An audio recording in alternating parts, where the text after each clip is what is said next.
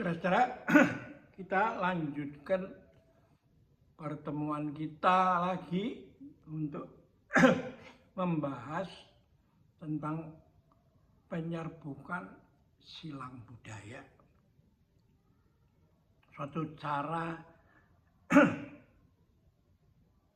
menyebarkan agama tapi tidak dalam bentuk untuk menobatkan orang supaya ganti agamanya, tapi untuk saling memperkaya. Mereka bertemu oleh orang-orang yang berdagang itu, yang melewati jalan sutra dan juga jalan rempah kan. Nah, jadi mereka datang saling berkunjung, ya, semua setara, tidak ada rasa superior dari yang satu pada yang lain. Dan karena ada kepentingan dagang, maka mereka menjaga hubungan itu supaya tetap mempunyai hubungan baik. Gitu. Nah, semua buku-buku yang saya tulis itu ada saya kebetulan ini tempat juga menjadi menarik karena saya bisa pakai untuk memamerkan, memberi display sampai buku kan, ya. Anda bisa lihat dari ujung sini sampai sini. Nah, dalam koresponden dengan WA dari Ikatan Sinologi Indonesia, ada yang bertanya, kitab sejati tanpa kata-kata. Ya. Jadi satu cara pandang bahwa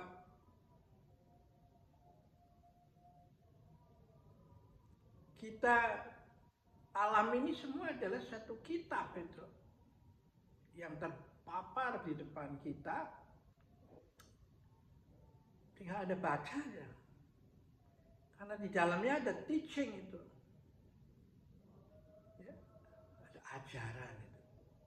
Seperti musim berganti, siang, malam, itu berubah terus.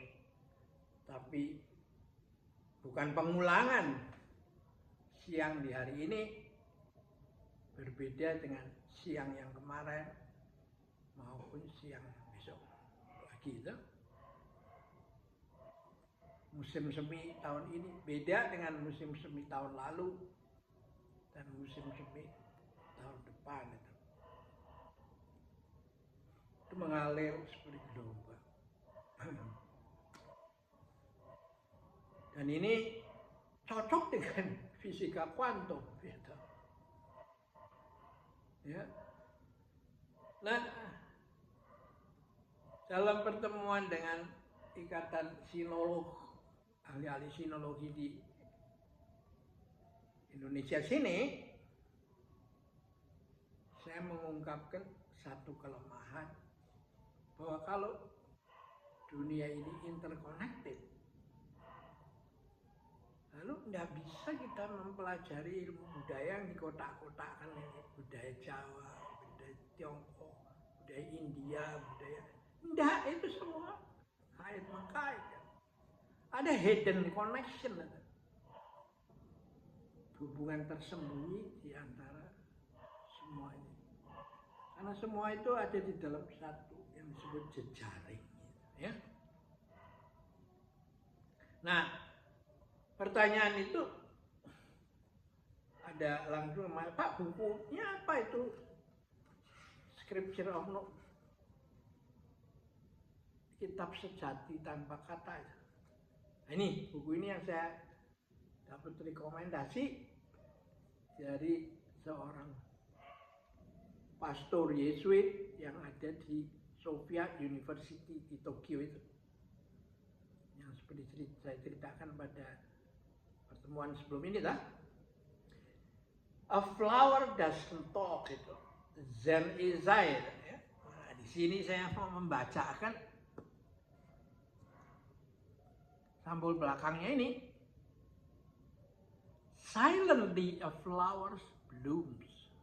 Diam-diam sekuntum bunga mekar. In silence it falls away. Dalam diam-diam juga dia gugur. Yet here now at this moment, at this place, the whole of the flower, the whole of the world is blooming. This is the talk of the flower and the truth of the blossom. The glory of eternal life is fully shining here. Ini ditulis oleh Zen Shibayama itu yang mengarang buku ini.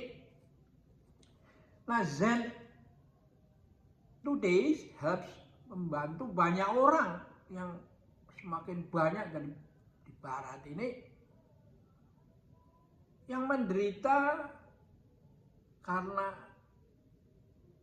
tensi ketegangan di dalam kehidupan modern, ya, yang mengaduk-aduk dunia dan di luar kontrol kita. Stres, ya, gimana kontrolnya? Barangnya nggak kelihatan.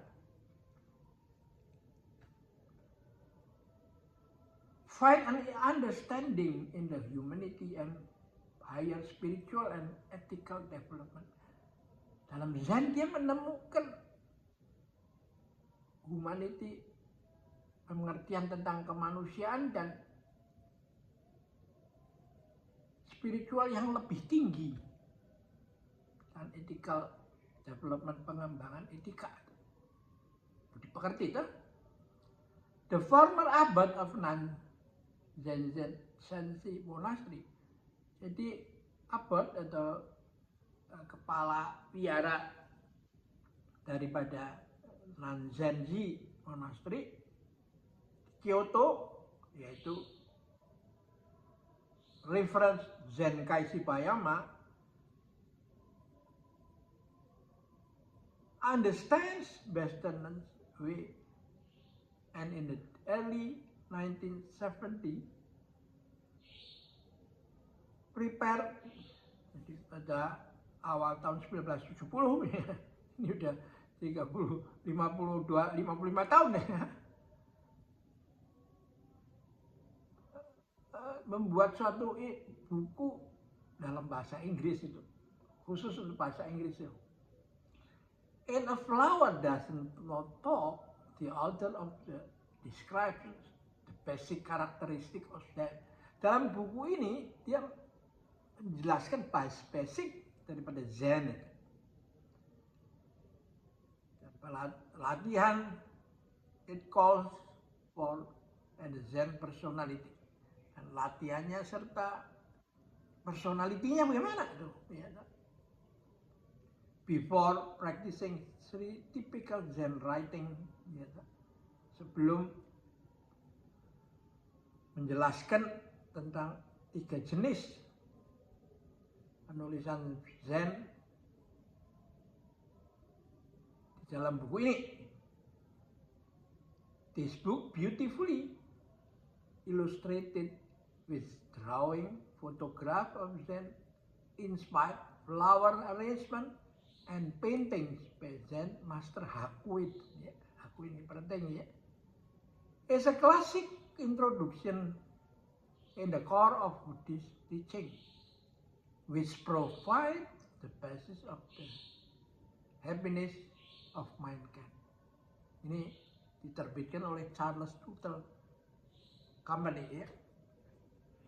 Jadi buku ini yang diberikan pada saya oleh Pastor Kakichi Kadewaki. Dan Kakichi Kadewaki itu adalah dari Ordo Serikat Yesus yang jenderalnya Pedro Arrupe, juga juga adalah ikut menghayati Zen. Anda bisa periksa di YouTube, di internet, Anda bisa dapat bacaan sendirilah. Ya. Nah, di dalamnya ada satu syair lagi yang menjelaskan pertanyaan itu tentang kitab sejati tanpa kata-kata itu. Scripture of no letters. Ditulis juga oleh Zenkai Shibayama. Bunyinya begini. Pure and fresh are the flowers with dew. Bersih dan segar adalah bunga-bunga dengan embun itu. Clear and bright is the singing of the birds. Clear, jelas dan terang nyanyian kicauan burung-burung. Clouds are calm. Ya. Awan dengan tenang itu. Dan air biru di lautan itu. Lalu dia menutup bait ini dengan who has written the true word of no letter. Siapa yang menulis kitab sejati tanpa kata-kata ini? Nah, ini kan di sini tersembunyi. Bagaimana itu bahwa Mas Takung itu siapa sebenarnya? Sang pencipta yang disebut oleh ilmuwan itu sebagai semesta mendukung ini kan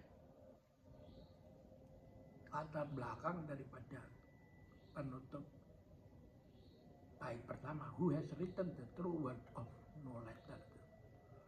Lofty are the mountains, green are the trees. Megah adalah gunung-gunung, hijau adalah pohonan. Deep are the valley. Ya. Dalam adalah lembah-lembah. Lucid are the stream. Ombak itu lugas itu. Saat. Gitu. The wind is soft. Angin lembut, bertiup lembut. Dan rembulan tenang. Gitu. Calmly I read the true words of no letter. Ya. Nah, ini yang oleh Daud Yusuf digambarkan dalam lukisan lautan di mana dia kasih komentar dalam tulisan Iqra, bacalah itu. Karena ombak yang ke pantai itu membentuk semacam suatu lukisan, tulisan dari bahasa Arab, ya toh? Dari Al-Quran tentang bacalah Iqra, dan tanah yang di sampingnya itu juga berukiran anjuran untuk pembacaan itu. Kalau yuk hanya timpang aja membaca hanya kitab yang dengan kata-kata, timbul berbagai tafsir kan? Dan timbul berbagai gesekan dan akhirnya bentrokan dan akhirnya bisa saling membunuh. Nah, karena itu pentingnya Anda membaca A Flower Doesn't Talk. Dan saya mendapat jodoh untuk ketemu dengan narasumber utama daripada semua orang-orang ini toh. Nah, ini kalau tidak ada Mas Takung yang nggak ada terjadi. Karena meskipun jarak kita jauh dan hidup dalam kurun waktu yang berbeda, kalau ada Mas Takung, kita akan bertemu. Seperti asam di gunung, garam di laut, bertemu di pelanggan. Kalau nggak ada Mas Takung, penyelenggara ilahi, dan itu dalam Zen itu tidak dikenal agnostik itu, apalagi ateis. Orang Zen bukan orang ateis itu, yang ngecap orang Zen itu ateis, orang nggak ngerti basic daripada semua ini toh. Mereka percaya adanya mestakung, jodoh itu, ya. Atau seringkali disebut insya Allah itu. Kita bertemu. Tanpa itu maka kita meskipun berpapasan, selisipan begitu, mata kita pun tidak pernah ketemu itu. Karena semua memikirkan egonya sendiri. Ya, oke, kita akhirin dulu pertemuan ini. Dan saya mau sedikit memberi gambaran mengenai buku-buku yang saya tulis ini semua ya. Yang nggak tahu sedikit ada siapa sebenarnya sih yang ngomong Tai Chi ini ya. Oke, sampai jumpa lagi.